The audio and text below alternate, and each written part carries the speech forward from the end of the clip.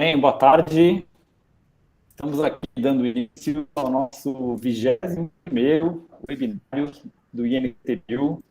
Hoje é dia 26 de outubro de 2023 e a gente tem aqui o prazer imenso de receber como palestrante hoje a professora Fernanda Ortiz, sempre confundo Ortiz. Ortiz. Ortiz, eu sempre confundo, sempre troco. E do Instituto de Ciências Biomédicas da Universidade de São Paulo, a quem a gente agradece de antemão, né, a disponibilidade. E para fazer a apresentação da professora Fernanda, a gente convidou o professor Fernando Abdulkader, também do Instituto de Ciências Biomédicas da Universidade de São Paulo. São os nossos grandes bioquímicos do INCBio. E hoje a gente vai ter a honra, o prazer de poder ter aqui um webinário bastante focado, né, para essas questões bioquímicas que a gente precisa incluir nos nossos trabalhos de analítica, né, do Instituto de Bioanalítica. Então, realmente, vocês são muito bem-vindos à equipe, né? Então, eu deixo aí a palavra com vocês. Eu volto no final, se tiver, né, uma questão de perguntas. Então, obrigado, Fernando, pela disponibilidade também de fazer a apresentação da Fernanda. Então, obrigado.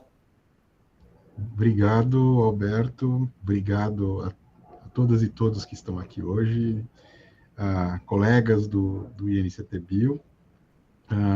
Para mim é um prazer, uma honra apresentar minha amiga Fernanda Ortiz, e só um pequeno disclaimer: o Instituto de Ciências Biomédicas da USP não só contrata pessoas com o nome, o radical Fernando ou Fernando, tá? É só uma coincidência aqui.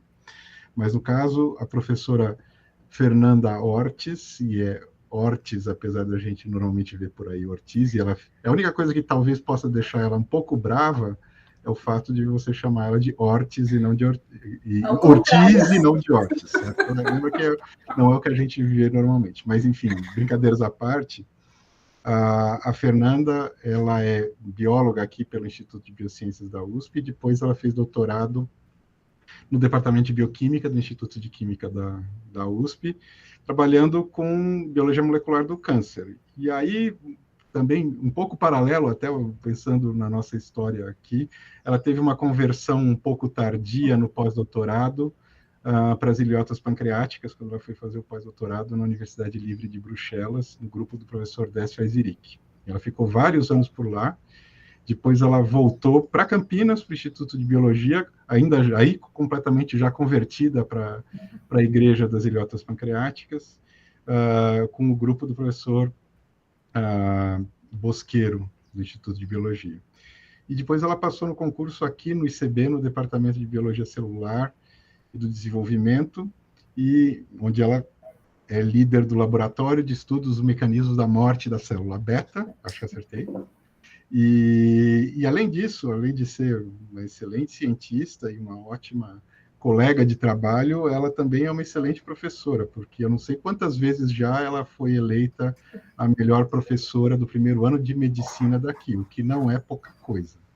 Então, eu acho que isso vai ficar patente na apresentação dela, essas várias qualidades que ela tem. Então, Fernanda, é um prazer apresentar você e boa palestra.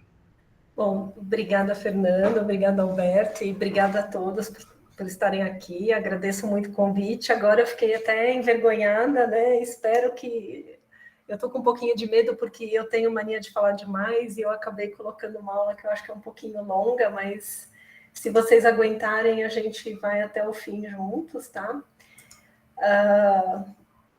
Estou emocionada, Fernanda, mas vamos lá. Eu vou projetar aqui a minha tela. Se tiver alguma coisa, não estiverem me ouvindo, por favor, avisem, tá?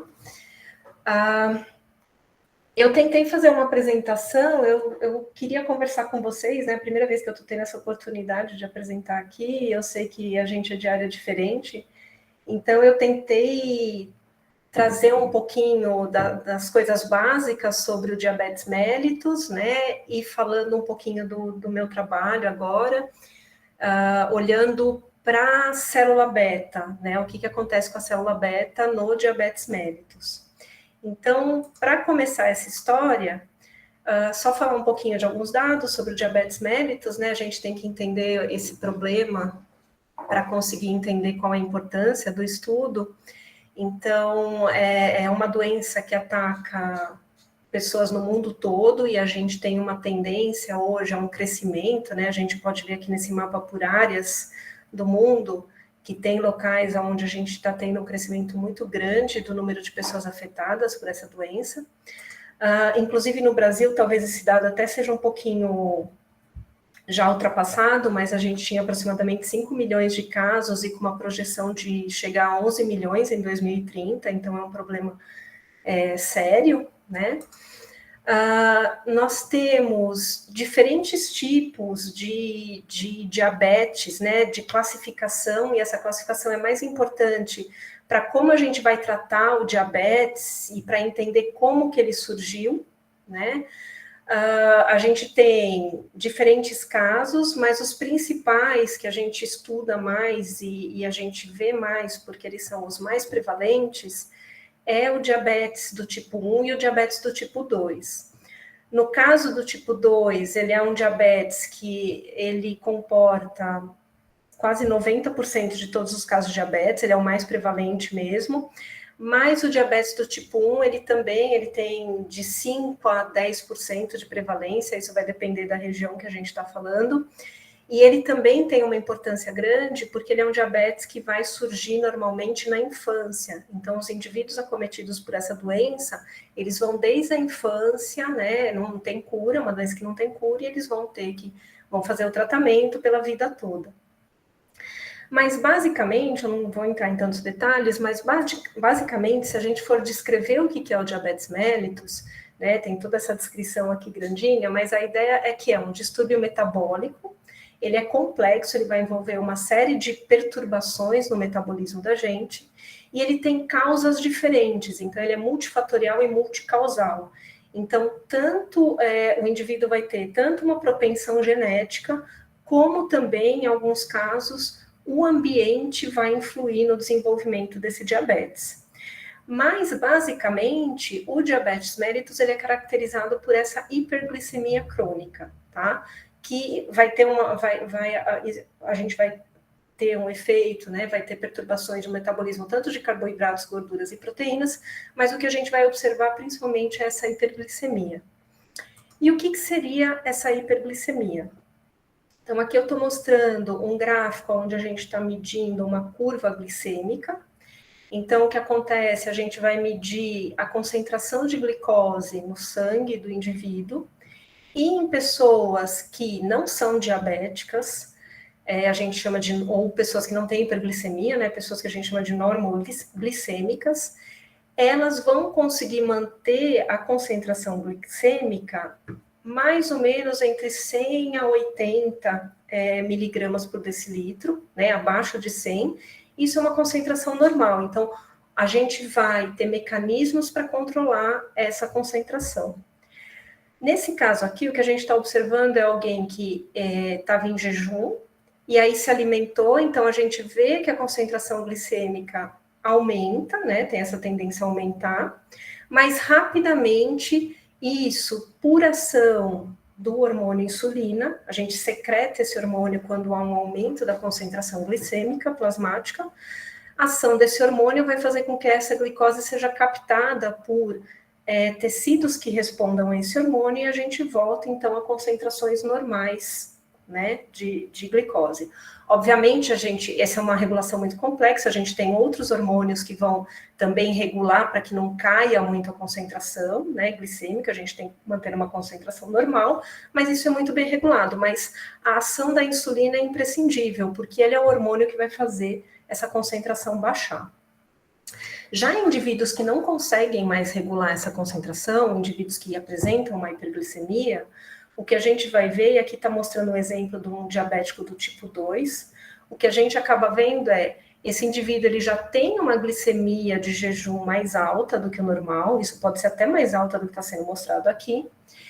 Ao se alimentar, essa glicemia vai subir muito mais e, apesar de, nesse caso aqui, ele consegue ainda secretar insulina, a gente vai ver que tem casos de diabetes que o indivíduo não tem mais insulina para secretar, ele apresenta uma secreção que não é suficiente para baixar rapidamente a glicemia plasmática dele e também demora mais, tá? Então, ele tem esse problema aqui.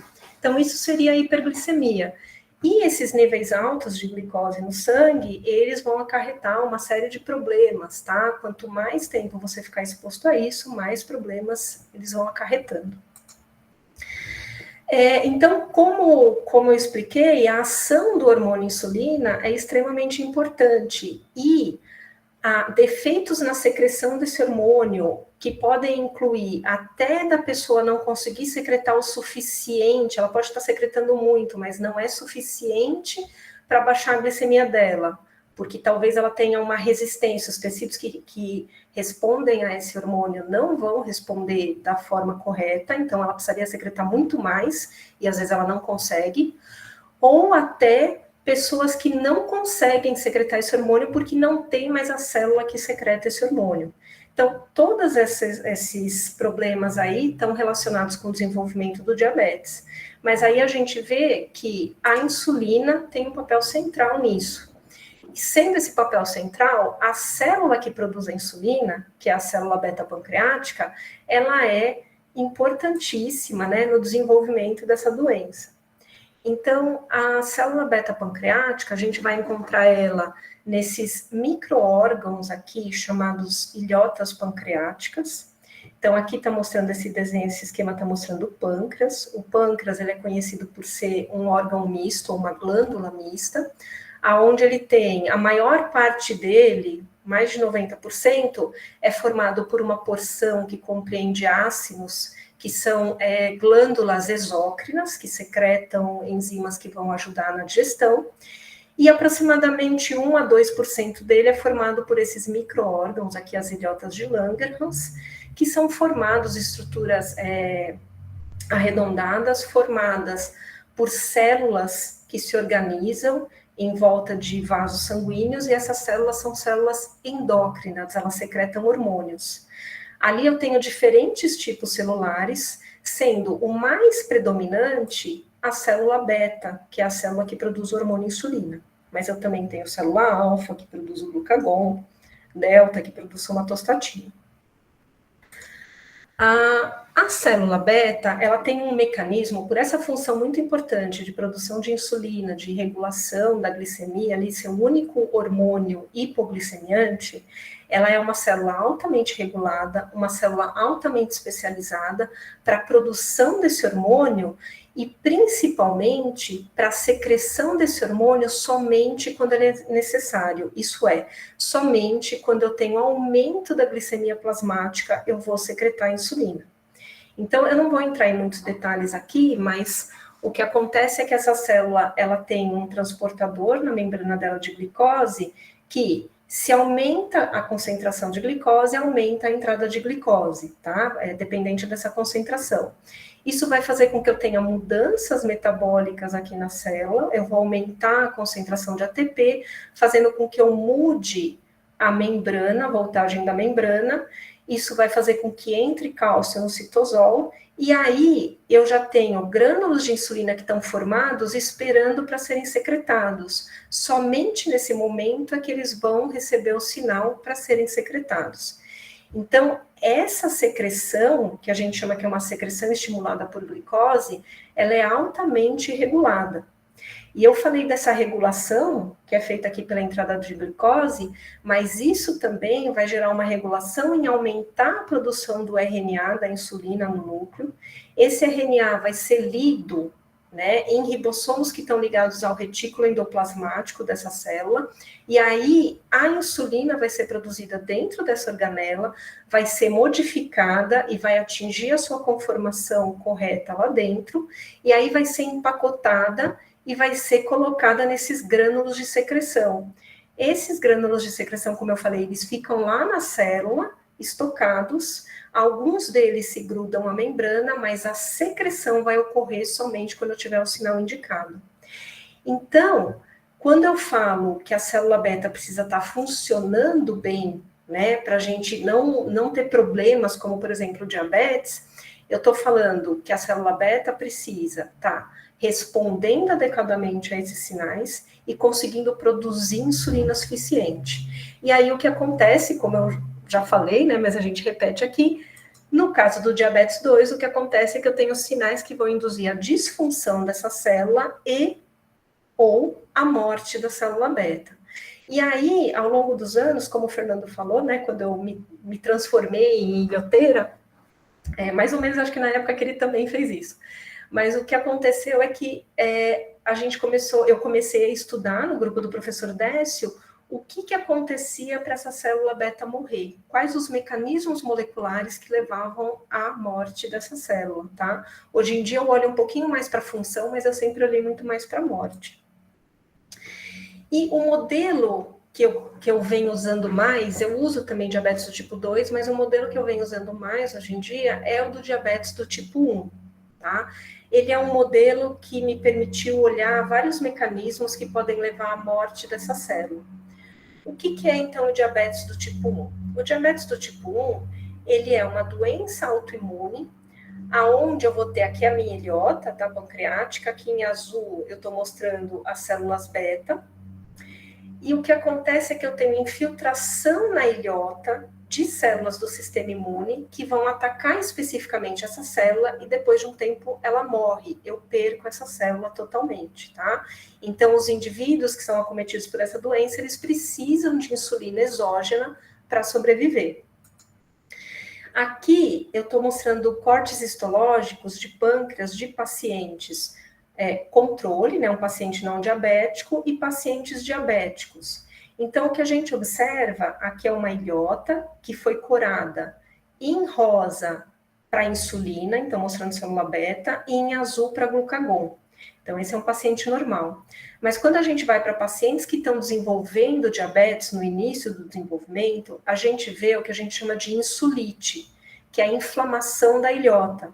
Então, aqui em marrom, o que a gente está vendo são linfócitos que estão invadindo essa célula e atacando a célula beta. A gente começa a ver uma diminuição da marcação para insulina e em estágios mais avançados, a gente já não vê mais insulina nessa ilhota, foi totalmente destruído. E quando eu não tenho mais insulina, até os meus linfócitos desaparecem, mostrando que eles estão lá só para atacar a célula beta. As outras células ficam normais, tá? E o que está acontecendo durante esse processo de insulites? Então, aqui é baseado em vários estudos, incluindo do professor Eizeric, que tem se dedicado há anos para entender o que está acontecendo na célula beta. A gente sabe, então, que essas células do sistema imune, elas vão ativar respostas na célula beta, incluindo ativação até de receptores de morte, que fazem com que essa célula morra.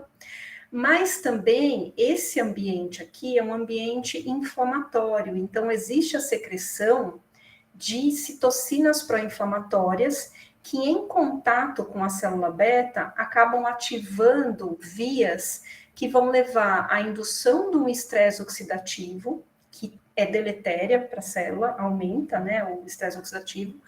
Eu vou ter também a indução do que a gente chama de estresse de retículo endoplasmático. Então, lembra, o retículo é uma organela extremamente importante para a função da célula e ele é necessário para a função adequada, para a secreção de insulina adequadamente. Se eu começo a estressar essa organela, eu começo a fazer com que ela fique disfuncional. Então, eu induzo a disfunção da célula, ela já não secreta insulina como ela deveria, e, ao mesmo tempo, a indução desse estresse pode levar à indução de vias pró-apoptóticas.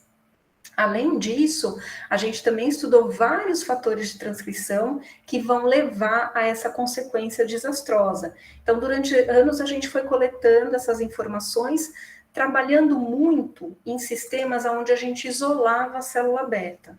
Então, o que a gente fazia? A gente pegava ou linhagens de célula beta, que a gente cultivava e expunha citocinas e olhar o que estava acontecendo lá dentro dessas células, ou a gente pegava ilhotas de animais, né? Aí a ilhota eu já tenho outros tipos celulares também, mas a gente tratava com citocinas e olhava o que estava acontecendo. E via que se encaixava, né? A resposta ali se encaixava. E aí, quando a gente começa a olhar para, como eu mostrei antes, aqueles cortes de ilhotas de humanos, né, diabéticos, a gente vê que o quebra-cabeça, as pecinhas iam encaixando.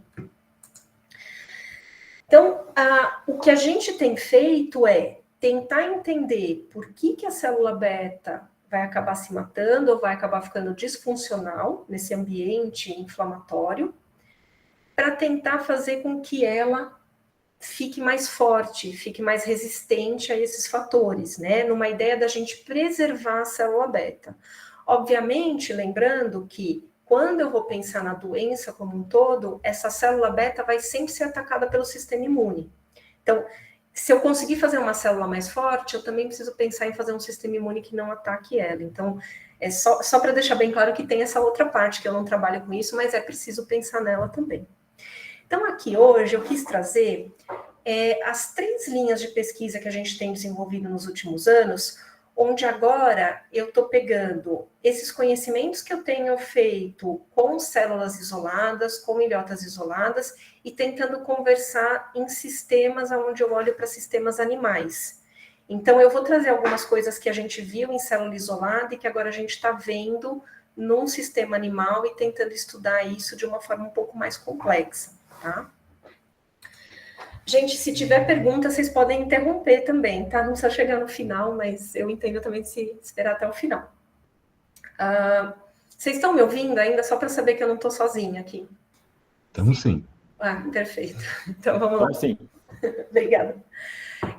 Então, a gente tem um trabalho, esse daqui já foi publicado, onde a gente está continuando ele, mas aqui a gente olhou o efeito do exercício físico no desenvolvimento do diabetes do tipo 1. E esse trabalho, o Fernando, que está aqui, é meu coautor, né, Fê?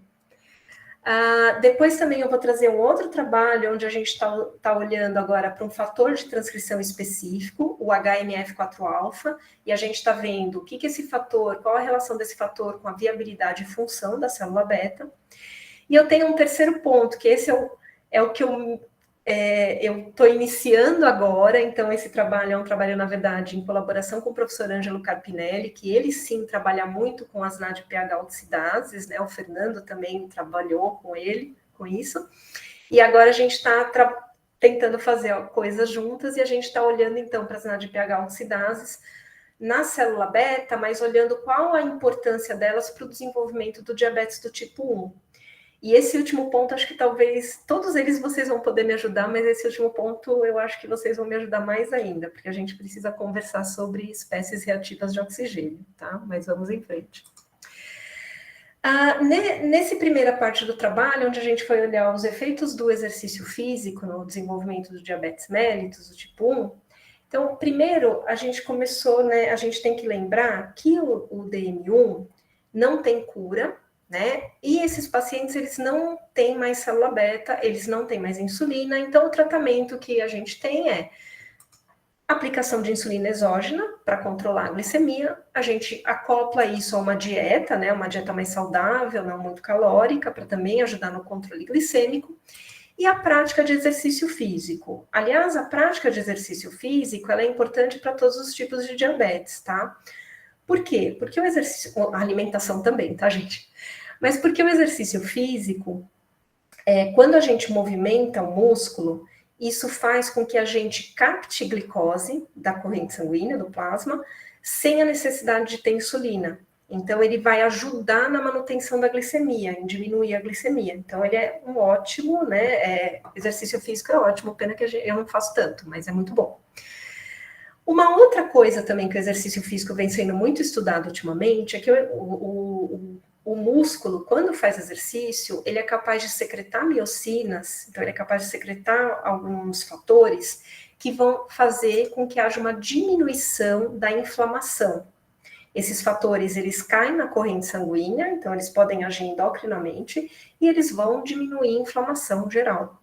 Isso é ótimo para o diabetes, principalmente também, é muito estudado no diabetes do tipo 2, porque a inflamação é algo que dificulta a ação da insulina, Mas também a gente sabe que existe uma inflamação na ilhota. E aí se começou a observar que esse efeito anti-inflamatório podia influenciar na ilhota também e melhorar a função da célula beta. E aí a gente começou a pensar, será que o exercício físico poderia também melhorar um indivíduo que tem propensão a desenvolver um diabetes do tipo 1? Ele poderia, talvez, diminuir essa inflamação na ilhota? Tem algum efeito? E aí, alguns trabalhos começaram a mostrar isso, eles começaram a coletar, por exemplo, plasma de animais que estavam exercitados, e aí incubavam a ilhota com esse plasma e tratavam com citocinas e viam que diminuía a morte das células. Então, se começou a estudar mais a fundo isso. E aí, então, o que a gente fez? A gente pegou camundongos Black 6 e nós dividimos esses camundongos em 2 grupos. A gente tinha um grupo sedentário, que não fazia exercício, e a gente tinha um grupo que fez exercício físico durante 4 semanas. Então, era o grupo exercitado, o grupo treinado. Ao final dessas 4 semanas de exercício, o que a gente fez? A gente dividiu esses grupos e a gente induziu em alguns deles um tipo de diabetes, que é um diabetes que mais ou menos mimetiza uma inflamação na ilhota. A gente chama, já vou explicar melhor, mas a gente chama ele de MLDZ, tá? Já vou explicar o que quer dizer isso. Mas no final, o que a gente tinha? A gente tinha, então, 4 grupos. Um grupo controle, o grupo diabético, o grupo treinado e o grupo diabético treinado. E aí a gente foi analisar o que aconteceu na ilhota desses animais. O que é esse tratamento? Esse tratamento, a gente faz injeções de concentrações baixas dessa droga, chamada streptozotocina. Então, esse nome vem de doses múltiplas e baixas de streptozotocina. Então, a gente fica durante 5 dias colocando uma concentração, injetando uma concentração baixa nesses animais. E essa streptozotocina, ela é tóxica para a célula beta. Então, eu começo a matar algumas células beta, não todas. E essas que morrem, elas morrem por um processo necrótico. E esse processo necrótico, ele causa uma inflamação. Ele atrai macrófago, atrai umas células do sistema imune que vão causar uma inflamação.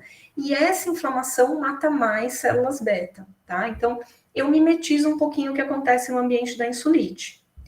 O que acontece é que eu diminuo, então, a população das minhas células beta, isso faz uma insuficiência de insulina, não tenho mais tanta célula beta, e esses animais se tornam hiperglicêmicos. Então, a gente usou esse modelo. Antes de eutanasiar esses animais, a gente foi testar como que esses animais conseguiam lidar com a glicose. Tá? Então, a gente faz esse teste que a gente chama de teste de tolerância à glicose. O que é isso? A gente deixa os animais em jejum durante um tempo para a gente conseguir partir de uma glicemia que a gente chama de glicemia basal, glicemia de jejum, tá? Aquela glicemia que a gente espera que esteja normal. Então, se a gente olhar aqui, o grupo controle, o grupo treinado e o grupo diabético treinado, eles estavam numa glicemia que a gente considera ainda normal. O grupo diabético, sem treinamento, ele já parte de uma glicemia um pouquinho mais alta, ele já é um pouquinho hiperglicêmico. Aí a gente injeta glicose nesses animais e começa de tempos em tempos ir medindo a concentração da glicemia no plasma. Uma curva normal, o que vai acontecer? Nos primeiros minutos eu tenho um aumento dessa glicemia, aí eu começo a secretar insulina, a insulina vai fazer cair essa glicemia e voltar a valores normais. O que a gente observa é, o grupo diabético, ele já parte de uma glicemia maior, ele tem uma subida rápida aqui e ele se mantém hiperglicêmico por mais tempo, ele não voltou a níveis normais. Então, esperado, ele não está conseguindo secretar insulina suficiente. O grupo diabético treinado, apesar de ter uma glicemia de jejum normal e de ter uma subida um pouco menos drástica que o diabético sem treinamento, ele ainda assim, ele não tem uma tolerância boa à glicose, ele mantém uma hiperglicemia mais longa, né, que é mais comparável ao diabético do que aos grupos controle. Quando a gente vai medir aqui a área sob a curva, né, dessas curvas aqui, a gente vê que não tem uma grande diferença entre o diabético e o diabético treinado. apesar desse comecinho aqui melhor. Porém, a gente foi medir um outro parâmetro, que é um parâmetro indireto, que a gente pode inferir como que está a função da célula beta nesses animais, que chama Roma beta. O que a gente percebeu é que o treinamento físico, o exercício físico, exercia um fator positivo para a função da célula beta. Então, apesar desses animais não estarem normoglicêmicos, parece que ele tinha uma melhora na função da célula beta. Então, a gente começou a olhar também para a ilhota. Vamos olhar o que está acontecendo na ilhota desses animais. Então, aqui a gente fez alguns cortes histológicos, eu vou mostrar só nesse primeiro painel, mas a seguir, tudo que eu vou mostrar foram feitos cortes histológicos e uso de anticorpos específicos para marcar alguns fatores dentro da ilhota. Então, aqui, por exemplo, eu estou mostrando no grupo controle o corte do pâncreas, onde eu estou olhando uma ilhota, e eu usei um anticorpo que marcava a insulina. Então, eu estou olhando as células beta, tá?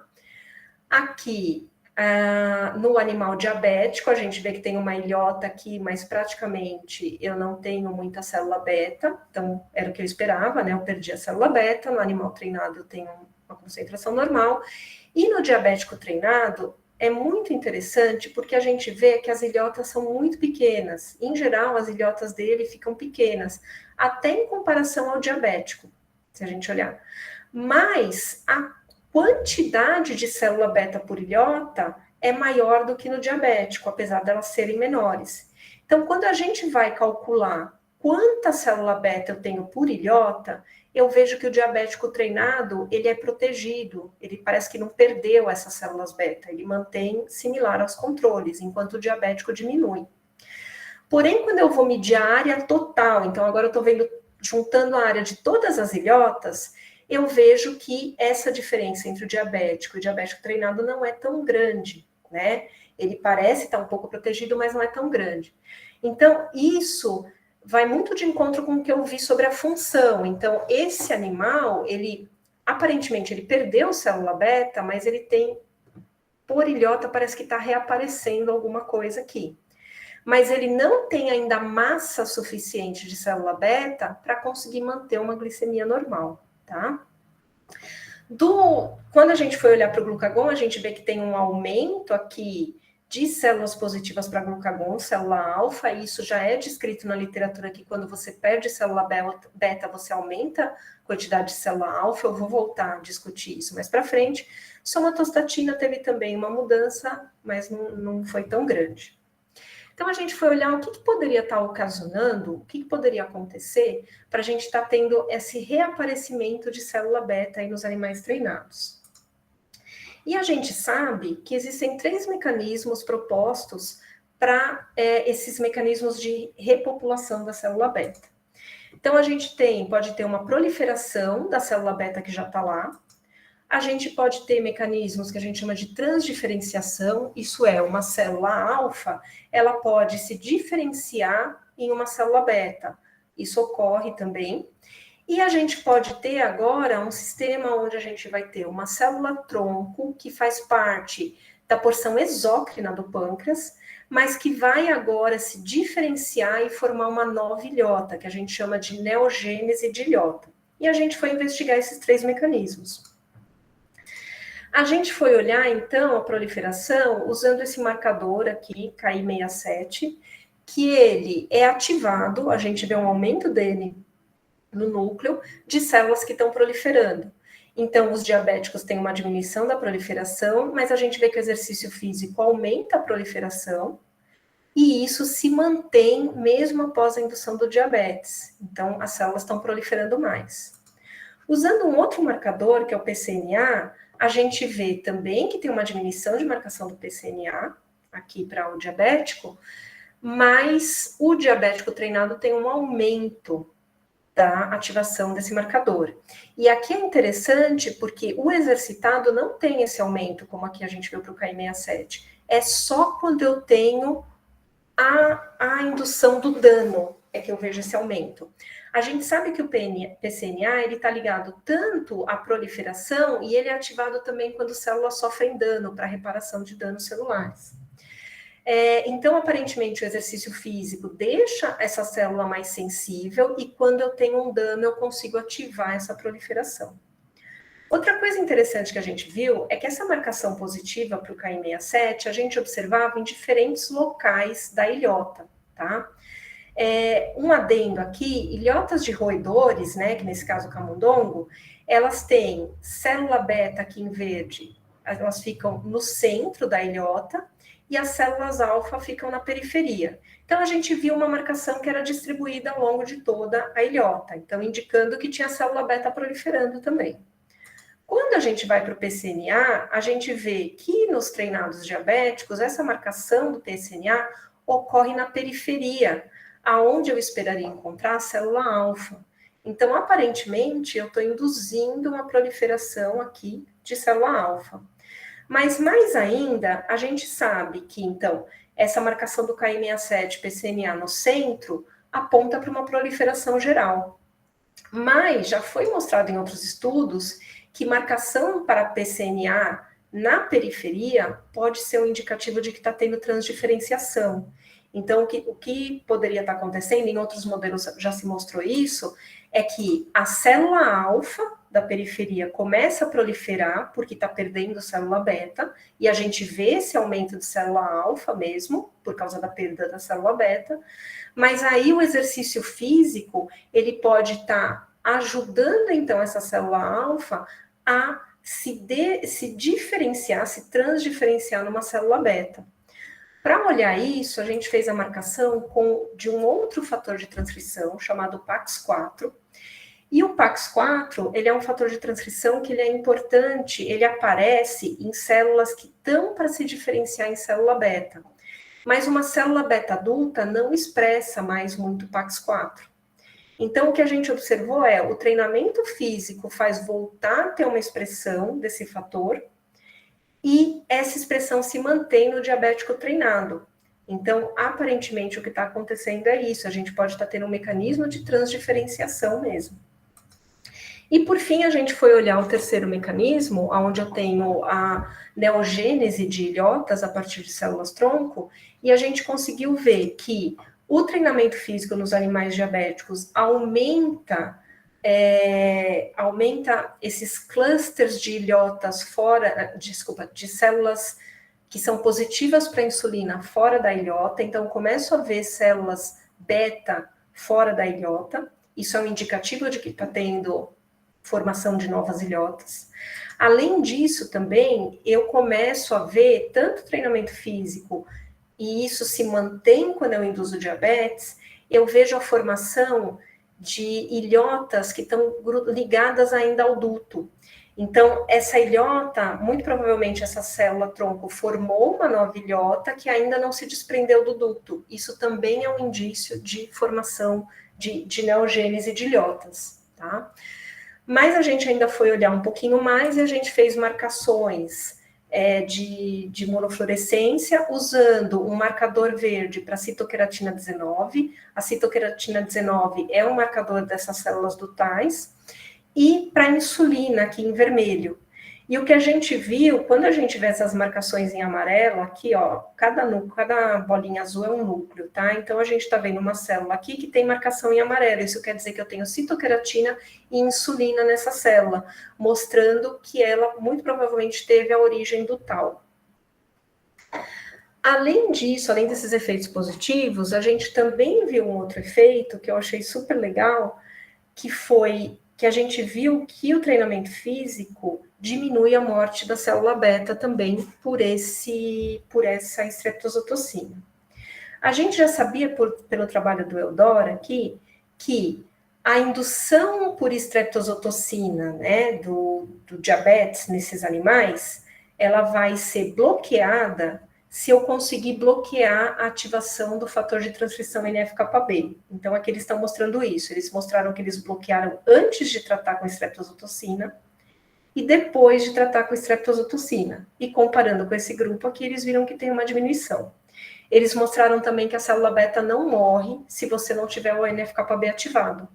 E aí a gente foi olhar no nosso modelo e a gente via que sim, Os animais tratados com estreptozotocina, diabéticos, tinham um aumento da ativação do NF-κB, enquanto os animais treinados tinham uma diminuição. Então, eu prevenia a morte também dessa célula. Então, mostrei um monte de efeito positivo, mas a gente tem que lembrar que a gente não viu nem melhora na glicemia desses animais e nem um grande aumento da massa da célula beta. Então, várias hipóteses, mas duas que eu posso pensar tá tendo uma melhora, mas isso não vai para frente, ou a gente não teve tempo de ver a retomada da célula beta, né, ou a repopulação mesmo da célula beta. Então, o que a gente está fazendo agora, a gente está fazendo o mesmo processo, só que a gente vai estender esse tempo aqui, né, após a indução do diabetes, a gente vai estender por mais 6 semanas dos animais fazendo treinamento físico, para ver o que acontece, analisando essas ilhotas. Gente, eu quase falei por 40 minutos, eu vou indo, mas eu posso parar a hora que vocês quiserem, tá? Não tem problema. Que eu vou entrar agora no segundo tópico. Então, aqui nesse tópico, a gente está olhando, então, o fator de transcrição, HNF4-alfa, na viabilidade de função da célula beta. Por que a gente foi olhar para o HNF4-alfa? Então, recentemente, gente, quando eu falo recentemente em ciência, tipo 30, 20 anos, né? Vocês sabem disso, mas vamos lá. Recentemente, se começou a estudar um pouquinho mais alguns tipos de diabetes, se descrever alguns tipos de diabetes que já existiam, tá? Só não se entendia de onde que ela vinha. Mas eram diabetes que são derivadas de problemas com a célula beta, mas problemas que têm influência em mutação de um único gene, tá? Então, são genéticas, devido à genética, a fatores genéticos somente. Um desses tipos, que é o chamado MOD1, aqui, ele ocorre quando a gente tem mutação desse fator de transcrição, HNF4-alfa. O interessante desse tipo de diabetes é que ele vai ocorrer quando o indivíduo já está entrando na fase adulta, assim, no final da puberdade, comecinho da fase adulta é onde ele vai aparecer. Ele não tem um componente autoimune, como o diabetes do tipo 1, ele não precisa estar relacionado à obesidade, como o diabetes do tipo 2, ele está relacionado a uma mutação de um gene. Nesse caso aqui do MOD1, que é por causa do HNF4-alfa, o que acontece é que esses indivíduos, eles nascem com uma hiperinsulinemia, isso é, a ilhota dele secreta mais insulina do que o normal. Então lembra, né, disfunção é tanto eu secretar mais como menos. Mas depois eles ficam normais, eles passam a infância normal, mas lá no fim da puberdade, começo da idade adulta, eles vão desenvolver um diabetes. A célula beta deles falha, para de funcionar e eles vão ficar hiperglicêmicos. Então, isso jogou uma luz na importância do HNF4-alfa para a célula beta. E aí vários estudos foram sendo feitos, utilizando-se modelo animal também, começou a se entender o que o HNF-alfa fazia na célula. No meu laboratório, a gente começou a usar a célula isolada também para analisar a função dele, e aí se viu que ele era muito importante para regular a expressão de fatores que são importantes para a função de secreção da célula beta. Então, alguns canais de membrana são regulados pelo HNF, mas também se começou a ver que ele tinha função, por exemplo, na homeostase do retículo endoplasmático, que a gente sabe também que é importante para a célula beta. Mas assim, aí eu tenho dado de modelo animal que mostra uma coisa, modelo em cultura mostra outra. A gente falou, vamos olhar para isso também, vamos tentar entender. Porque eu estava querendo entender muito no contexto do DM1, qual era a função do HNF no DM1. Mas o modelo animal que a gente estava usando tinha algumas controvérsias na literatura, então a gente quis se aprofundar um pouquinho mais. A gente começou a usar esse modelo animal, que são camundongos inscre HNF4-alfa LOX-P. Então, não sei se vocês estão familiarizados com esse sistema, a gente chama sistema CRELOX, tá? Ele é um sistema muito interessante, onde eu consigo ter animais transgênicos, ou eu posso induzir um nocaute desses animais, uma deleção de um gene específico, em um tipo específico de célula. Então, ele é tecido, a deleção é tecido específica, e além disso, esse nocaute, essa deleção do gene, só acontece no momento que eu quiser, eu induzo ela. Então, o animal nasce normal, ele nasce expressando aquele gene em todas as células dele, mas no momento que eu quiser, eu dou uma droga para ele que vai induzir a deleção desse gene só no tecido que me interessa. Então, nesse caso, esses animais INSCRE, eles são esse tipo aqui, ó. Então, eu tenho, no gene de todas as células desse animal, eu tenho essa construção aqui, o HNF4-alfa, que funciona normalmente, ele é flanqueado nas extremidades dele, por uma sequência que é chamada sequência LOXP. É uma sequência gênica que está flanqueando ele. Por que é importante essa sequência gênica? Porque essa sequência gênica, ela é reconhecida por uma enzima chamada CRE, e essa enzima vai lá e corta isso daqui. Se ela estiver lá no núcleo, ela corta isso daqui, o HNF cai fora, e aí o DNA é ligado novamente, então eu deletei esse gene, tá? O que tem de especial ainda nesse animal? Esse animal, ele tem a expressão dessa enzima CRE regulada pelo promotor da insulina. Né? Eu construí esse animal com essa regulação, é o promotor dessa insulina. A insulina, o único lugar que ela é expressa é na minha célula beta. Portanto, a única célula desse camundongo que vai expressar a enzima CRE é a célula beta, por isso que ele é tecido específico.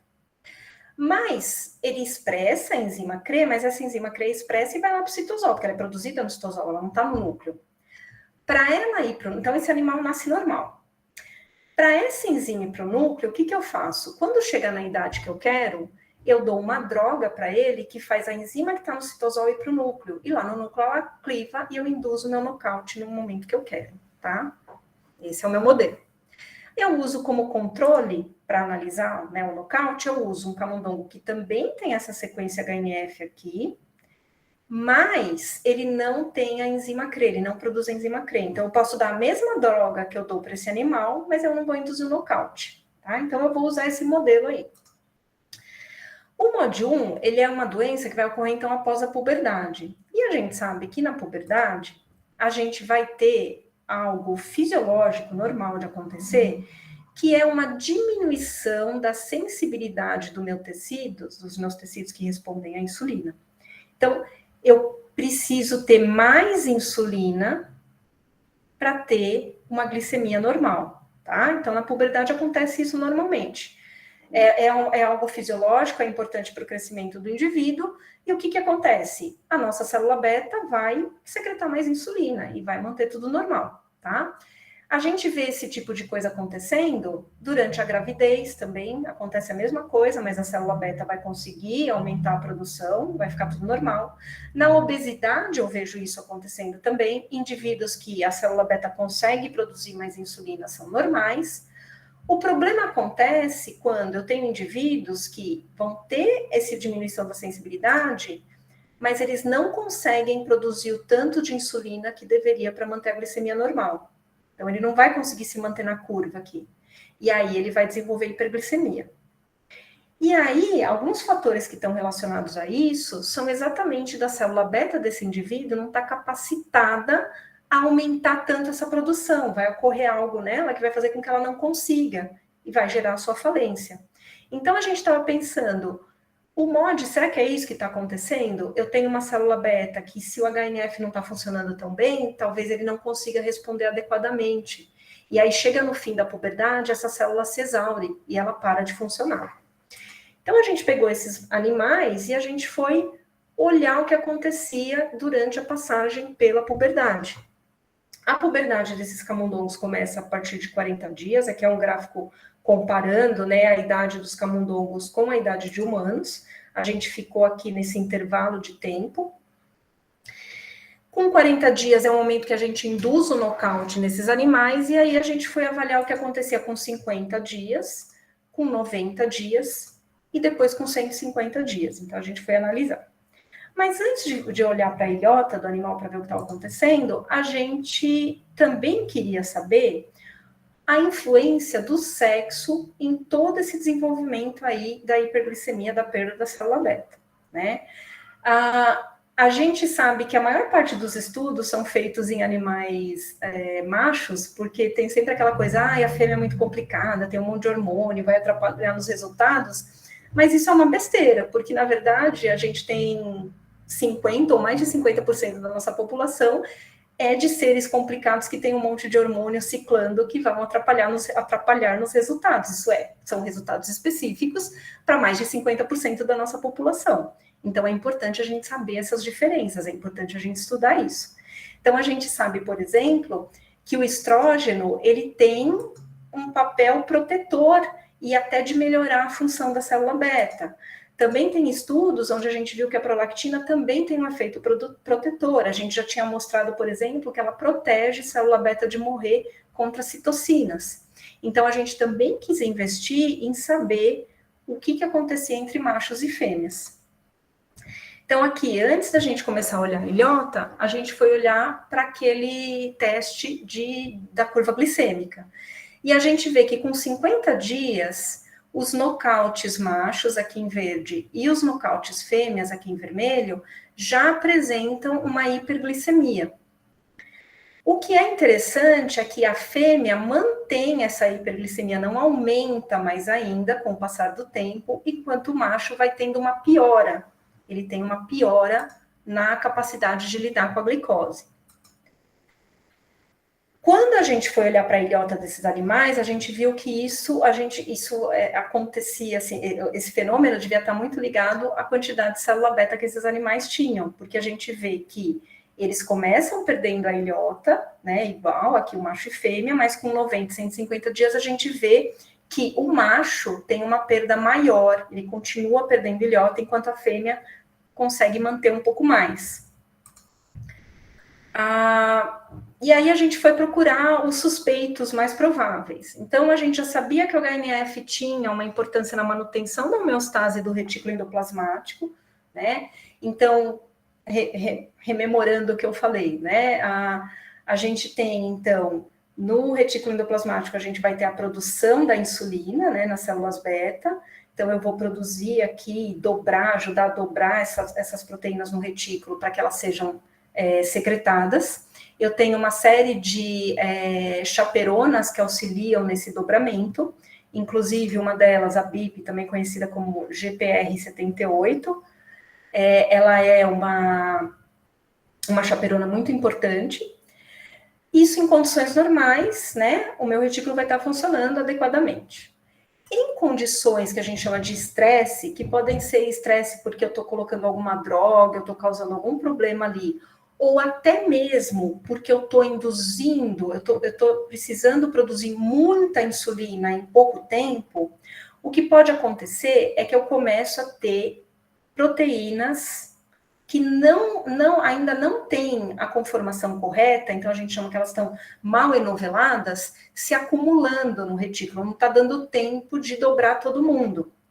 Isso faz com que eu precise de mais chaperonas para ajudar no dobramento. E aí, essas chaperonas, que, por exemplo, aqui, ó, numa condição homeostática, elas estavam ligadas aqui, tinha chaperona sobrando, então elas se ligavam a essas proteínas de membrana, essas chaperonas vão se desligar dessas proteínas de membrana e vão ajudar a enovelar as proteínas que estão mal enoveladas. Essa condição a gente chama de estresse de retículo. Esse desligamento dessas proteínas aqui de membrana faz com que elas ativem uma sinalização que é uma resposta, a gente chama de resposta ao acúmulo de proteínas mal enoveladas. Então, é uma resposta fisiológica importante que faz com que, no geral, eu vou diminuir a produção de proteína em geral e vou aumentar a expressão e a produção de proteínas que vão aumentar a capacidade do retículo de lidar com proteínas que estão sendo enoveladas lá. Por exemplo, eu vou produzir mais BIP, mais GRP78. Mas, isso é para voltar ao normal, tá? Mas se esse processo se manter por muito tempo, demorar muito para ocorrer, eu também vou estar induzindo a expressão de alguns fatores de transcrição, ou ativando algumas vias, como, por exemplo, a CHOP, que vão levar à morte dessa célula. Então, eu tenho que ter um balanço aí. Então, a gente foi olhar exatamente para GPR78 e para a CHOP para ver o que estava acontecendo. Então, a gente vê que a BIP, ela é muito induzida nos animais nocaute machos, né? Mais ainda do que nas fêmeas. os 2 animais nocaute produzem mais BIP do que os controles, mas eu tenho muito mais produção nos machos. Isso poderia indicar que o macho está tendo uma resposta mais eficiente da UPR, né? Poderia ser benéfico. Mas aí a gente foi olhar para o CHOP, e aí a gente vê que não. Né? A fêmea não tem indução de CHOP e o macho tem muita indução de CHOP. Então, isso está querendo dizer que a fêmea está protegida de uma indução de estresse de retículo, enquanto o macho está induzindo estresse de retículo, não está conseguindo lidar com isso, e as células muito provavelmente estão morrendo por causa disso. O CHOP indica que podem estar morrendo por causa disso. Perfeito, então a gente viu que as fêmeas são protegidas da morte pela indução do estresse de retículo, mas eu ainda tenho perda de célula beta, né? A gente vê que não perde tanto quanto no macho, mas perde. Então, o que poderia estar acontecendo? Nos trabalhos in vitro, a gente via, aqui usando uma célula beta humana, a gente via que se a gente diminuísse a expressão do HNF4-alfa nessa célula, a gente tinha diminuição da expressão de uma série de fatores que são importantes para diferenciação, são marcadores de diferenciação de célula beta. Isso é, a célula beta estava perdendo o caráter diferenciado dela de célula beta. E estava expressando, aumentando a expressão de fatores que a gente vai observar em células que são pré-célula beta. Então, parece que ela está voltando, ela está perdendo o caráter diferenciado. Inclusive, a gente via que ela começava a expressar glucagon. Então, realmente tem algo aí que faz perder o caráter diferenciado. E a dediferenciação da célula beta é um fator que está sendo bem estudado agora para explicar o desenvolvimento do diabetes mellitus também. Algumas células perdem, né? Acabam. Não é que a célula beta morre, ela deixa de ser uma célula beta. Aí a gente foi avaliar isso. Então, primeiro a gente olhou como é que estava a expressão do GLUT2. O GLUT2 é um marcador de célula beta, ele é um transportador de glicose que a gente acha em célula beta, e a gente via que a gente tem uma diminuição da expressão dele nas ilhotas de fêmeas nocaute, enquanto isso não ocorre em macho. Em compensação, a gente vê um aumento na expressão tanto de PAX4 como de neurogenina 3, que são fatores que marcam aquela célula beta ainda não diferenciada totalmente. Numa célula beta adulta a gente não enxerga. Então, a gente via que as fêmeas começavam a expressar esses fatores. Então, realmente está induzindo uma dediferenciação dessas células, tá? Então, o que pode estar acontecendo aqui? Na adolescência, a gente tem um aumento de resistência à insulina, aumenta a demanda da célula beta, que pode provocar um estresse de retículo, que normalmente é sanado, volta ao normal, a célula volta a funcionar normalmente. Em indivíduos que têm algum problema, por exemplo, a ausência ou disfunção do HNF4-alfa, isso vai fazer com que ele não se recupere do estresse de retículo, levando à morte da célula beta. Isso a gente vê nos machos, porém, muito provavelmente por ação de hormônios femininos, as fêmeas são protegidas dessa morte, o que talvez até sejam protegidas do estresse de retículo, mas elas acabam se dediferenciando, tá? E isso é bem interessante, né? Agora a gente precisa estudar aqui quais são esses fatores que estão agindo aqui. Gente, eu vou falar, eu peço mil desculpas, eu posso falar 5 minutos, tenta ser rápida, mas não sei se vale a pena ou não, porque eu tô com medo que eu tô estourando muito tempo. O que vocês acham? Posso, tá bom, então eu vou tentar ser rápida, tá? Desculpa. Então, por fim, eu comecei a entrar nesse trabalho aqui de olhar as NADPH oxidases na célula beta por causa do professor Ângelo Carpinelli. Ele é o cara das NOx, né, na célula beta, e aí a gente começou a trabalhar junto. Eu vou até ficar com vergonha de contar isso, de falar sobre isso para vocês, mas vamos lá, né? A gente sabe que desde que o oxigênio apareceu aqui na nossa atmosfera, ele é uma dádiva, mas também um problema grande para a nossa vida. A gente foi evoluindo, trabalhando com o oxigênio, mas a gente sabe que ele pode provocar alguns probleminhas ali, né? Mas a evolução é muito esperta e pegou esse probleminha e falou, não, vamos dar um jeito dele ajudar a gente.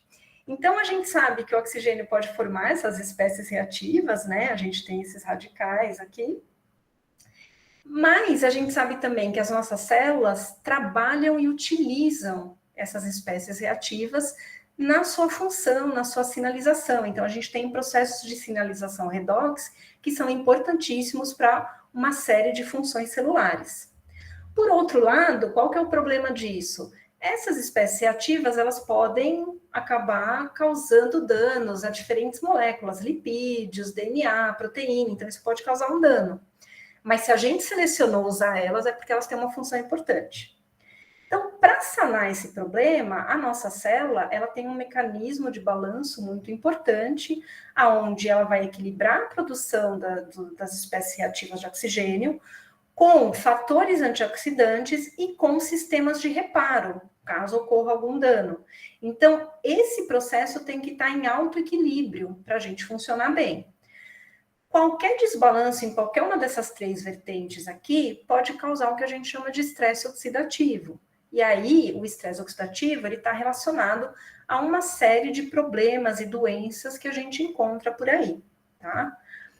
Como toda célula especializada, né, bonitinha e forte, a nossa célula beta, ela se utiliza, então, desse sistema redox muito bem, e a gente sabe que ela expressa várias NADPH oxidases, ou NOx, né, que são complexos enzimáticos que a principal função é a produção de espécies reativas de oxigênio.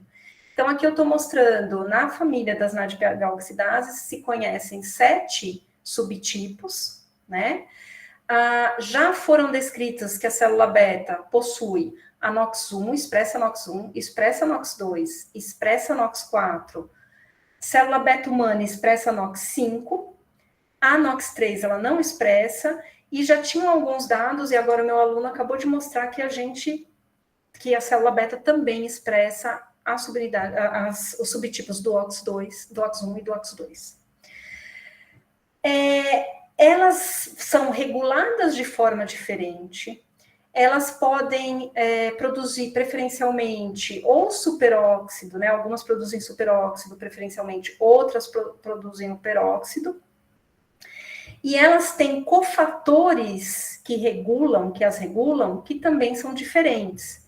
Então, é uma família extremamente importante, tecido específica, que produz. Então, se a gente pensar a NOX1 e a NOX2, as duas produzem superóxido, então elas são intercambiáveis. Mas a gente sabe que em alguns modelos, a gente vê que, se não me engano, em tireócitos, se a gente perde a NOX1, eu não consigo ter as mesmas funções se eu tiver só a NOX2.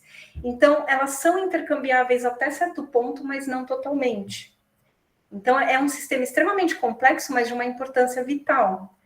E na célula beta, a gente sabe que as NOx participam de processos tanto fisiológicos como patológicos. Então, aqui mostrando alguns exemplos. Aqui está sendo uma curva, na verdade, um teste para medir a secreção de insulina por uma ilhota. Então, aqui a quantidade de insulina que a ilhota secreta, aqui o tempo de incubação. E o que eu vou fazendo eu coloco essa ilhota em baixa concentração de glicose, então aqui está secretando pouco.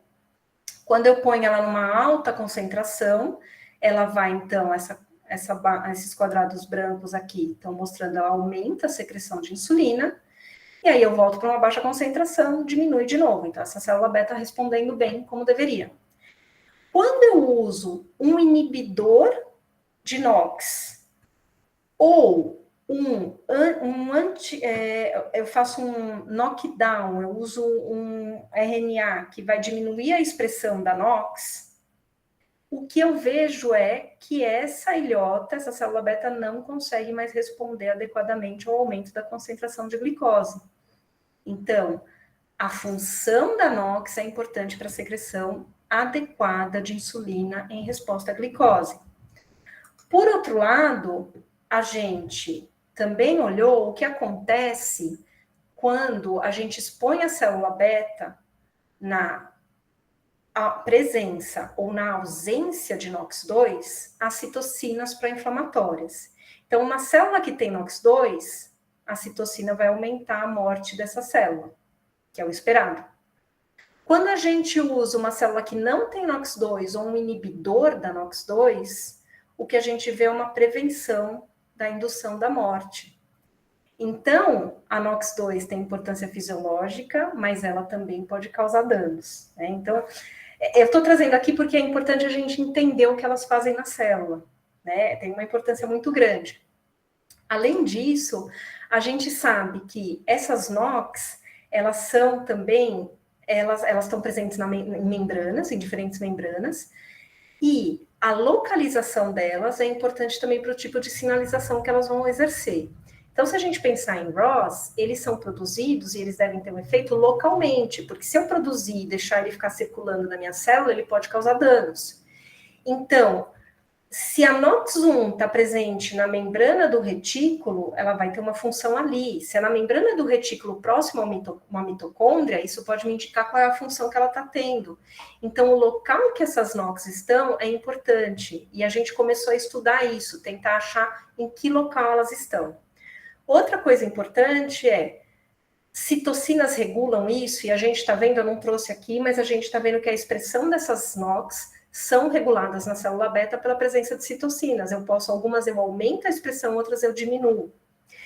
E outra coisa que a gente precisa, e aí a gente precisa muito, é conseguir analisar o tipo, né, de espécie reativa que está sendo produzido.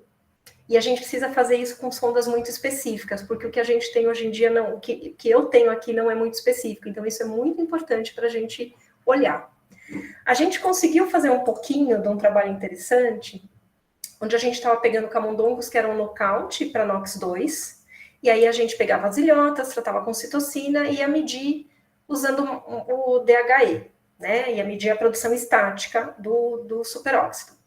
Mas aí, em convênio com o laboratório da professora Letícia Roma, lá na Alemanha, a gente conseguiu, a ideia foi cruzar esses animais nocaute para NOX2 com outros animais que tinham sondas que podiam medir a produção do peróxido ou na mitocôndria, especificamente, ou um outro que podia medir no núcleo e no citoplasma. Então, a gente ia conseguir fazer essa medida em locais diferentes. Então, a ideia era fazer também, pegar essas ilhotas e tratar com citocinas, e olhar em tempo real a produção do peróxido. Eu adianto que não deu certo esse cruzamento, a gente teve que usar uma outra metodologia, conseguimos ver algumas coisas, mas a gente ainda está trabalhando nisso. Mas a gente conseguiu medir pelo menos o que as citocinas estavam fazendo lá para a produção das espécies reativas. Então, a gente sabia que a citocina ia induzir aqui a produção do superóxido, né, trabalhando com uma sonda. E aí, quando a gente foi olhar para as ilhotas desses camundongos, a gente via, então, que o tratamento com citocina aumentava a produção de peróxido no citosol e núcleo, mas não na mitocôndria. E isso foi muito interessante, porque até então se acreditava que tudo estava relacionado à mitocôndria. A gente viu que não, que esse era um processo que ocorre no citosol. Tá? A gente conseguiu fazer outras medidas indiretas, a gente viu que a NOX2 era importante, então ela leva, a ausência de NOX2 leva a uma disfunção da célula beta, isso é, a célula beta secreta mais insulina do que deveria, comparado ao nocaute, tá? Então, leva a essa disfunção. Por outro lado, como eu tinha falado para vocês, a célula beta morre menos, né? Então, a gente precisa estudar isso um pouquinho melhor. Esse dado sobre um aumento da secreção de insulina, eu acho particularmente interessante, porque já tinha um outro grupo mostrado que em célula beta humana, a NOX2, ela colocalizava com grânulos de insulina. E aí o meu aluno agora foi olhar no modelo que a gente está estudando e ele viu que realmente acontece essa colocalização. Então, eu tenho insulina colocalizando com NOX2. Por que isso poderia ser importante? Como eu falei para vocês, então, as vesículas de insulina, elas ficam ligadas à membrana, e aí elas ficam ancoradas, mas elas só vão se fundir e liberar a insulina quando eu tiver o sinal, né? Então, essa regulação é importantíssima, eu preciso regular muito bem, que não fique secretando insulina à toa, né? E esse ancoramento das vesículas, ele ocorre por um complexo aqui de proteínas que estão presentes tanto na membrana da vesícula como na membrana plasmática, e o que acontece é que essas proteínas interagem e começam a se torcer, e elas vão se torcendo, e se eu não bloquear essa torção, o que acontece é que vai aproximar as membranas e vai ocorrer a fusão. Mas nesse caso, há um bloqueio dessa torção para que ela só ocorra quando eu tenho sinal. Então, aqui está mostrando, teve um artigo bem interessante que estava mostrando, então, o posicionamento e a interação dessas proteínas, e aí eles viram que, dependendo do estado reduzido ou oxidado dessas proteínas, nessa modulação, a torção era modificada.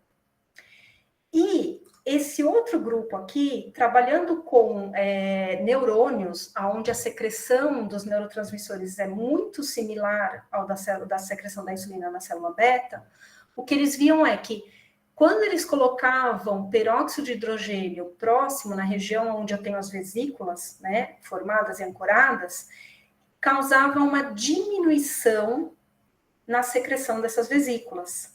E aí eles foram olhar e viram que um dos elementos que formam esse complexo aqui do ancoramento e da torção, a SNAP25, ela era oxidada. Então, mostrando que talvez o que está acontecendo é que a NOX2 participa dessa regulação. Então, a ausência da NOX2 pode fazer com que essa regulação fina de só permitir a fusão em momentos adequados se perca. E aí eu começo a secretar mais insulina do que eu deveria. Então, eu acho super interessante isso daqui, a gente precisa trabalhar um pouquinho mais. Gente, eu peço mil desculpas, tá tudo meio em andamento, então, na verdade, eu trago aqui até para ter mais ideias com vocês. Eu peço desculpas se ficou confuso, muitos modelos. Estou aberta para discussões. Eu quero agradecer a todos vocês que me aguentaram até agora. Também agradeço o meu grupo, que, como vocês podem perceber, eu só consigo reunir quando a gente está comendo, né? O Fernando está aqui no fundo. O laboratório do professor Ângelo Carpinelli, o Fernando Abducader, o professor Bosqueiro e Everardo, aqui de Campinas, né? E principalmente as agências financiadoras, e um agradecimento especial ao INCT, que eu espero conseguir colaborar cada vez mais com vocês. Muito obrigada.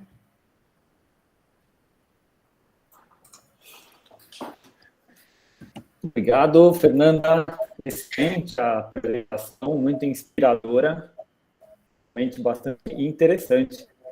E eu vou abrir aqui para perguntas.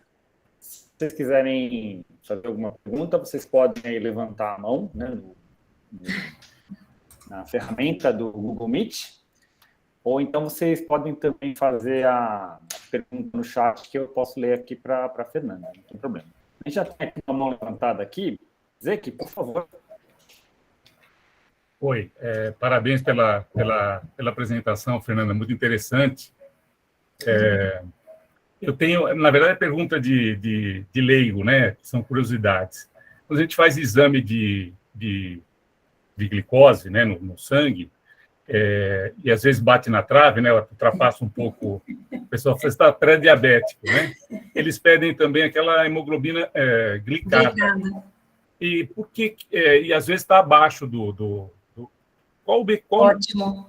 Qual que é o mecanismo disso daí? Que eu não entendi até hoje. Os médicos passam por cima, mas eu queria ter uma ideia. Não, ótima pergunta. Assim, também não é da minha área, tá? Mas eu acabo sempre falando sobre isso. É que assim, a hemoglobina glicada, ela funciona muito bem para aquele tipo de paciente que a gente nunca faz isso, né? A gente está na esbórnia, né? Esbórnia, comendo tudo que pode, doce. Aí, uma semana antes de fazer o exame, para com tudo, faz aquela dieta maravilhosa, né? Por que isso é importante? Porque, assim, a gente pode ter períodos de hiperglicemia, quando está batendo na trave, ainda pode ser que tem época que você está um pouquinho mais, um pouquinho menos e tal. Mas isso a gente está medindo naquele momento, né? Se a gente se alimentou bem naquela semana, a tua glicemia vai estar perfeita. Mas, se você teve esses momentos de hiperglicemia ao longo de vários meses, o que acontece é que a gente tem uma reação, vocês devem saber mais do que eu, que chama glicação. Então, ela é uma reação que não é enzimática e ela vai ocorrer porque eu tenho glicose. Quanto mais glicose eu tiver, mais a chance de eu ter essa reação. E a hemoglobina é uma proteína que sofre isso, a hemácia tem glicose e entra glicose, tá? Então, ela acaba sendo também um pouquinho um sensor. Fernando, pode me corrigir, tá? E aí, o que acontece é que a hemoglobina dela vai sendo glicada, se tem bastante glicose. E a hemácia vai durar 3 meses no teu sangue. Então, eu posso ter, às vezes, uma glicemia de jejum, porque eu me comportei naquela semana boa, mas se eu fiquei 3 meses com uma hiperglicemia descontrolada, a minha hemoglobina vai me dizer isso, né? Então, é muito importante. E até, eu não sei se foi você que fez isso. Então, se você vê que a tua hemoglobina tá boa, ótimo, melhor indicativo, né? A gente tem que controlar a glicemia de jejum, e é importante porque se a gente vê que tá batendo na trave, mas começar a fazer exercício, se alimentar bem e tal, vai ficar bem, muito difícil ir para frente. Mas se a hemoglobina está glicada, a gente já está começando a ficar mais preocupada. Obrigado. Fernanda. Tem várias... Tudo bem, Zé, aqui? Completou a pergunta? Não, eu só agradeci. Obrigado. Tem várias outras questões no chat aqui, ó. O pessoal está dizendo, ó, excelente apresentação, né? Muito bom. A Ana Valéria falou que entendeu agora porque você recebe tantas homenagens dos alunos. Ai, que bonitinho. Ótima professora. Eu falo demais. Boas apresentações, né? A doutora, né, Joselisa Shinoda, ela está perguntando se ela pode ter acesso à gravação, né, desse webinário. A gente, Joselisa, coloca as gravações dos webinários no canal do YouTube do INCT-Bio. Se você procurar lá no YouTube, né, INCT-Bio, você vai encontrar o canal nosso e as gravações dos webinários desse canal, entre outros vídeos também de produção do INCT-Bio. A gente nem sempre coloca imediatamente, porque às vezes tem alguma pendência de artigo que está sendo publicado ou está em processo de avaliação, então a gente segura um pouquinho. A Fernanda já indicou para a gente aqui que tem uma parte do trabalho que não foi ainda publicada, né? Então a gente precisa fazer algum corte. Mas a Joselisa também fez uma pergunta aqui, Fernanda. Perguntou aqui, ó. Eu gostaria de saber quantos tipos de diabetes existem. Só ouvimos falar, né, do tipo 1 e tipo 2, não sei onde encontram as variáveis. Essas classificações até às vezes mudam um pouco, né? Dependendo da escola, vai ter uma modificação. Mas assim, as mais prevalentes, vamos dizer, é o tipo 1, tipo 2, e aí a gente fala da diabetes gestacional, né?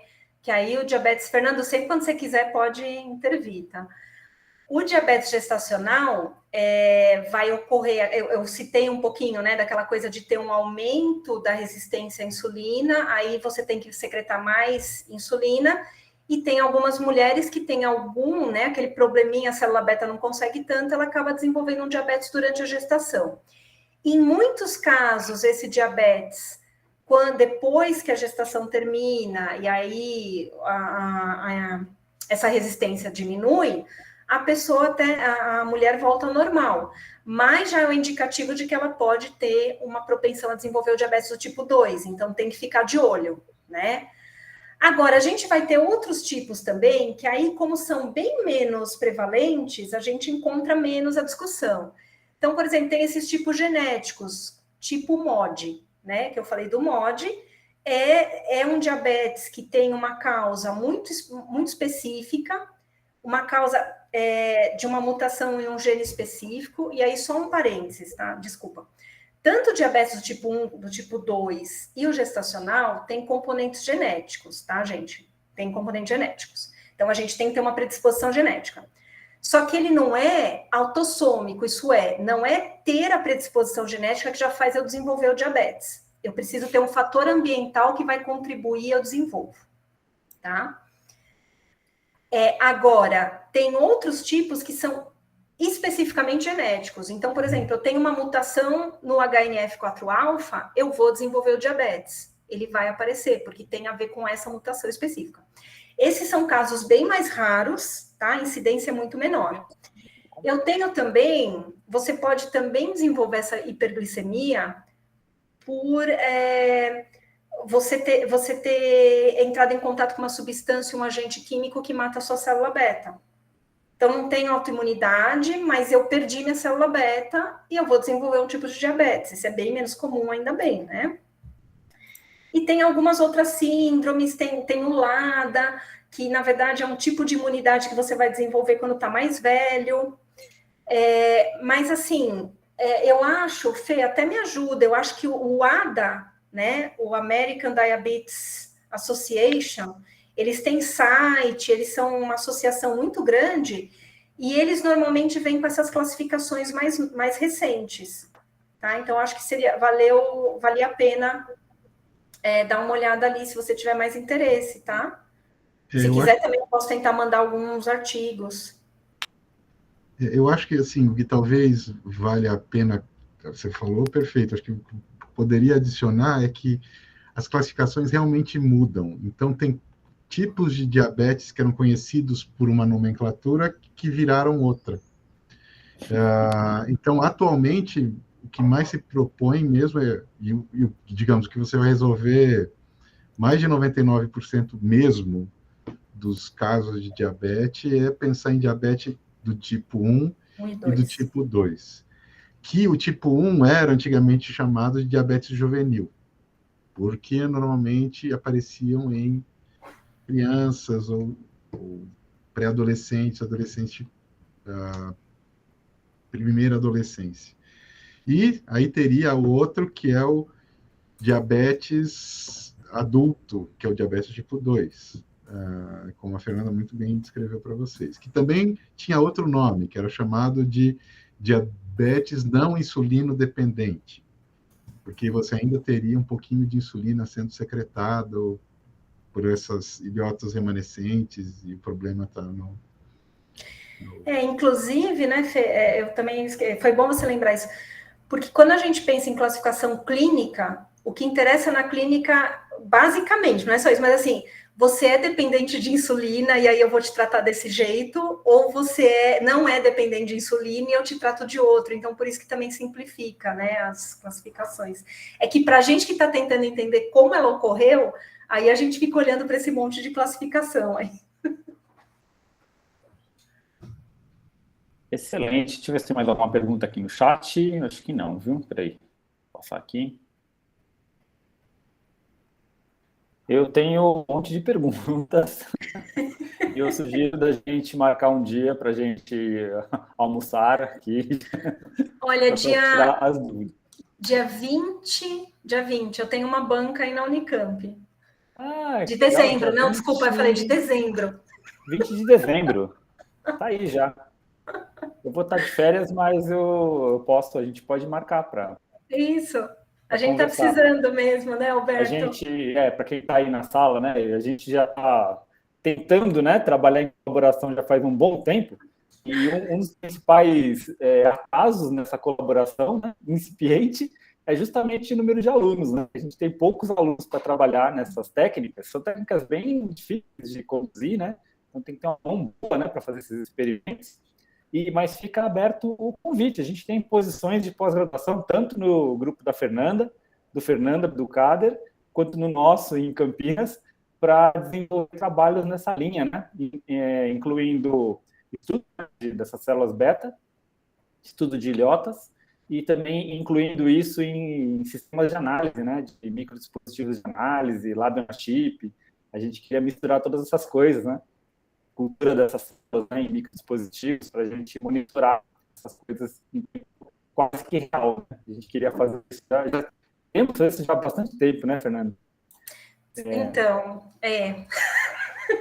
Fica aí, se alguém tiver interesse, né, ou conhecer pessoas interessadas em fazer pós-graduação no INCBio, né? A gente, no INCBio, existe também possibilidade de bolsas, né?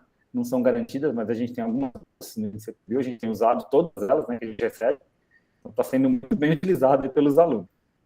Bom, deixa eu fazer uma pergunta aqui. O Dozil está falando que o Zeke roubou a pergunta dele, tá? Mas pergunta, não tem problema. O Dozil também faz esses exames aí. Tá bom, Dozil? A glicemia melhorou? Levantou a mão aqui o Dozil. Pode falar, Dozil. Está me ouvindo aí? Sim. Está me ouvindo? Sim, Oi, sim. Fernanda, tudo bom? Oi, tudo bom? Faz bom tempo que eu não vejo, acho que desde lá do INCT em Uberlândia. É verdade. Parabéns, aprendi um monte, muita coisa. Não, de fato, a pergunta do Zé que eu ia fazer justamente porque eu também faço esses exames aí, às vezes é o que me salva aí a hemoglobina glicada. Que bom. Mas eu vou aproveitar e fazer uma pergunta. O Fracasso falou aí sobre a questão de microchip. Eu vi aí, né? Bem, para vocês que trabalham na área biológica, tranquilo, né? A gente olha lá os ratinhos e fala, nossa, coitados, ficaram diabéticos. Mas aí eu ia emendar esse assunto para falar assim que eu tenho uma tendência, não sei se você acompanha, né? A questão do organ-on-chip, que seria desenvolver órgãos, para poder realizar esse tipo de estudos. Eu gostaria de perguntar se você acha que, nessa sua linha de pesquisa, esse tipo de desenvolvimento pode ajudar ou é muito complexo, muito difícil de investigar? Não, acho ótima a pergunta. Eu acho super importante, a gente precisa mesmo, e tem alguns grupos, né? Não sei se o Fernando lembra, mas tem alguns grupos que estão já trabalhando com isso. Assim, eu sou uma pessoa, eu vim hoje e mostrei para vocês um monte de coisa com animal, mas eu sempre evitei trabalhar com modelo animal. É que chega uma hora que a gente não consegue mais, entendeu? Mas a minha base toda é célula isolada. Então, eu trabalhava com célula isolada, mas chega uma hora que você precisa um pouco mais. A ilhota é complexa. Eu nem entrei muito aqui, mas, por exemplo, na ilhota a gente vê quando perde a beta, você começa a ter uma alfa que prolifera e modifica. Então, essas conexões entre as células são importantes e são importantes até para a função da célula beta. A gente sabe que a célula beta vai funcionar de uma outra maneira quando ela está na ilhota e quando ela está isolada. Mas, assim, formar uma ilhota, um micro-órgão de ilhota, eu sei que tem gente trabalhando e eu acho que vai ajudar muito. Você vai diminuir muito o uso de animal, porque você já pode olhar para muita coisa na ilhota, né? Então, eu acho isso importantíssimo, imprescindível. Infelizmente, tem algumas coisas que a gente vai ter que ir para o modelo animal, porque a gente vai ter que ver como que isso se comporta, como que o animal consegue responder a tudo isso.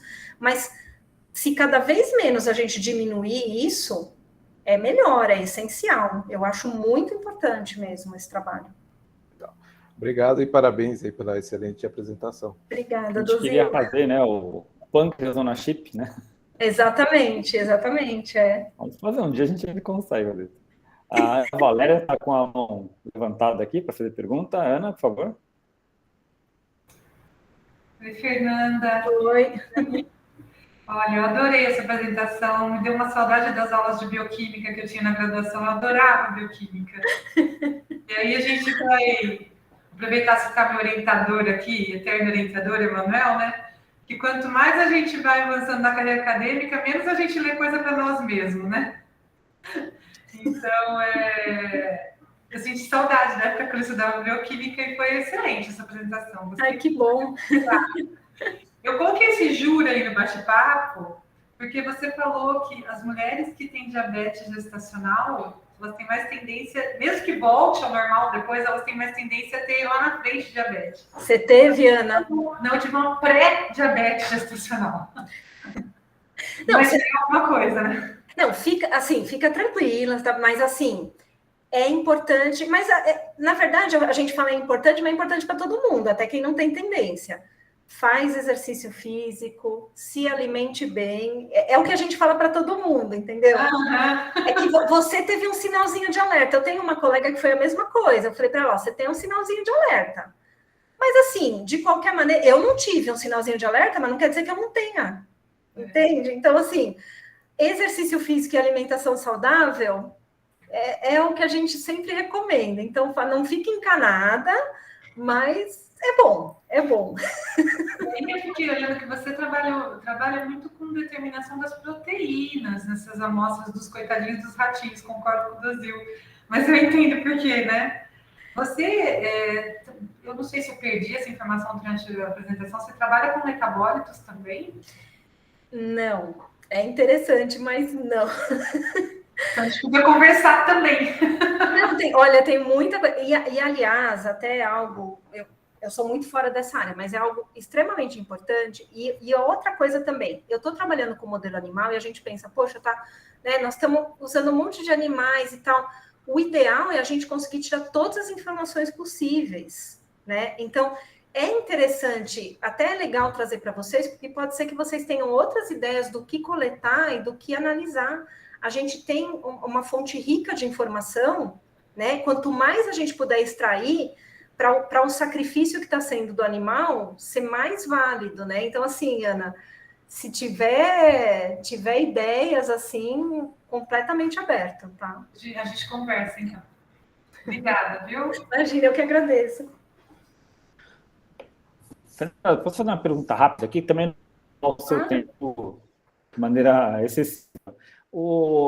Esses biomarcadores, né, que você comentou, né? Quando você falou PCNA, depois lá na frente eu vi que é uma pequena proteína, né? Ou uma sequência ali de peptídeo, né? Uma proteína, né? E o KI67, o que viria a ser esse biomarcador? Peraí.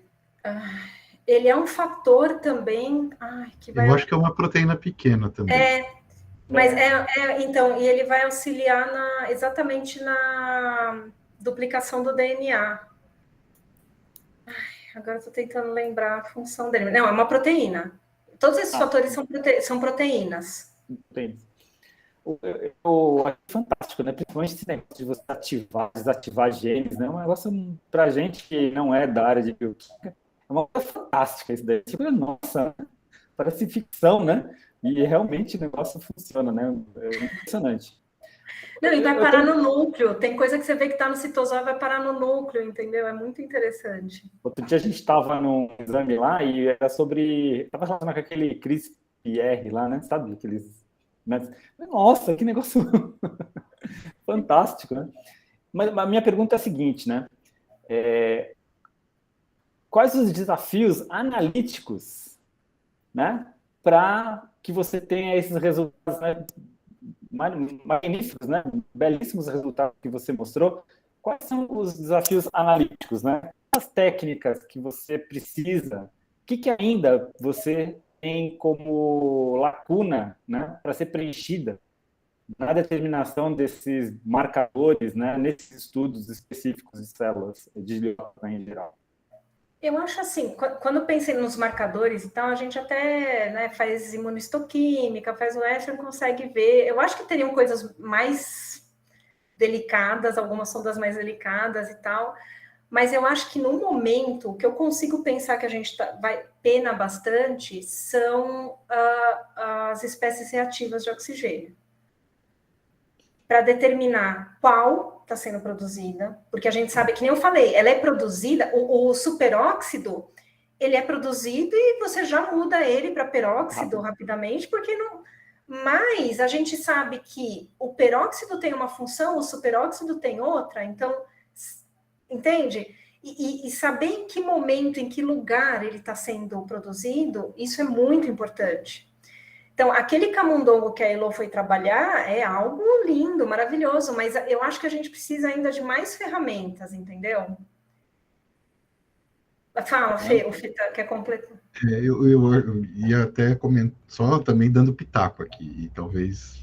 Acho que um dos problemas, Alberto, que tem, e eu acho que a Fernanda lembrou bem, é o desafio de medir espécies reativas de oxigênio, não sendo só as espécies reativas de oxigênio, mas assim, o que é o superóxido, o que é peróxido de hidrogênio. E existe um problema grande que é tentar medir isso em tempo real. Acho que esse é o grande problema. Tem proteína fluorescente para essas espécies? Até tem. Mas um problema que tem muito é que você vai estar mexendo com a formação de ponte de sulfeto, geralmente. Então, você tem duas cisteínas e vira uma cistina. E isso, aí os químicos, como vocês entendem muito melhor que a gente. Por outro lado, isso pode ser pensado como ao mesmo tempo como uma reação de ácido-base. Então, essa proteína, às vezes, ela pode estar funcionando como sensor de pH, como ela está funcionando como um sensor de espécie reativa. E o pessoal faz controles contra isso, mas também você não está medindo exatamente o que é sempre, né? Então, talvez o lado do desafio seja como achar melhor, sondas melhores. O legal de você usar a proteína é que você endereça para os lugares que você quer na célula, né? Mas você paga o preço de você ter 20 aminoácidos para brincar. Acho que conheceu o Richard, né? Que é meu aluno aqui de doutorado. Richard. Sim. O Richard fez um trabalho muito bonito sobre detecção de superóxido em células, né?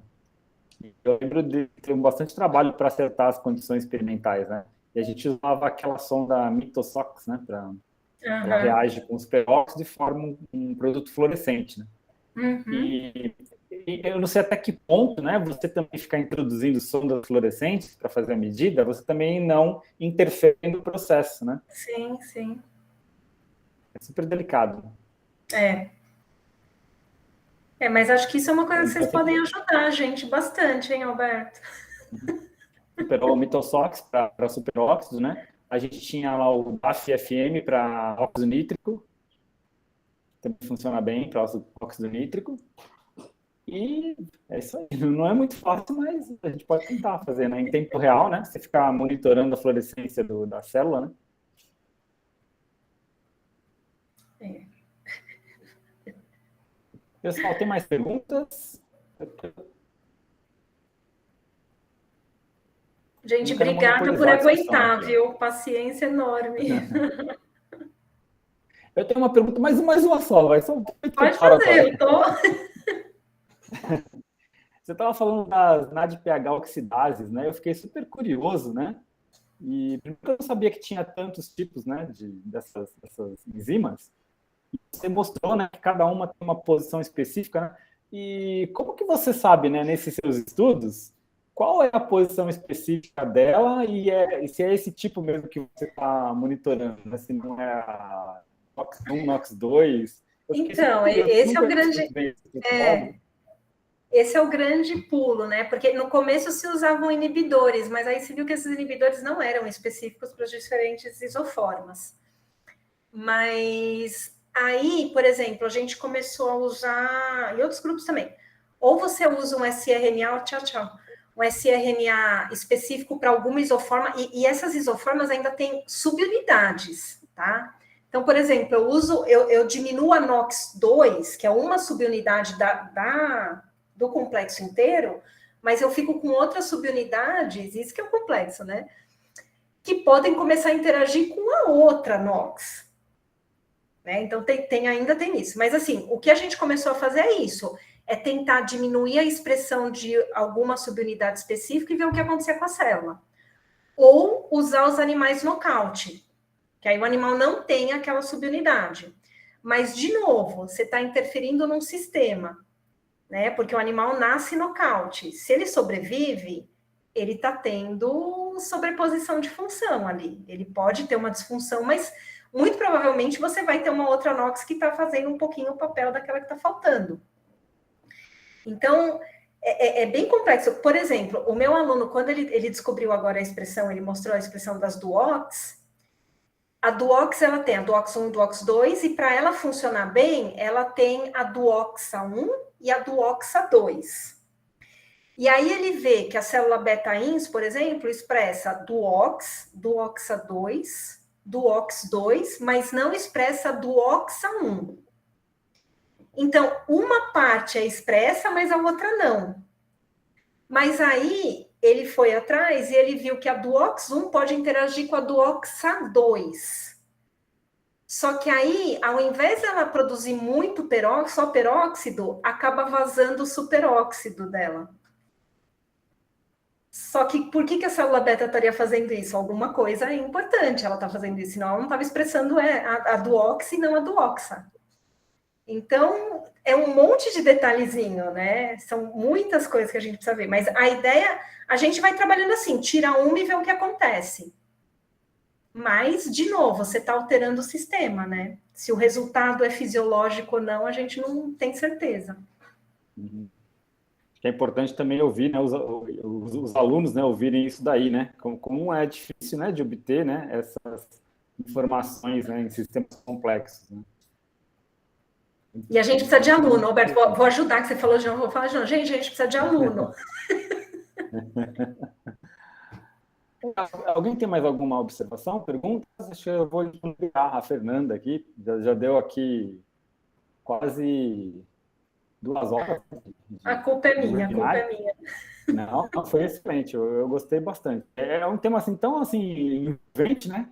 Você vai ouvindo, quando você vê, assim, já passou 1 hora, você nem percebeu. É muito legal mesmo. Que bom, Roberto. Tadinhos. Bom, muito então, obrigada. Obrigado, Fernanda. Eu vou encerrar aqui a gravação, mas só um minutinho aqui antes de você sair. Claro. Deixa eu só parar aqui a gravação.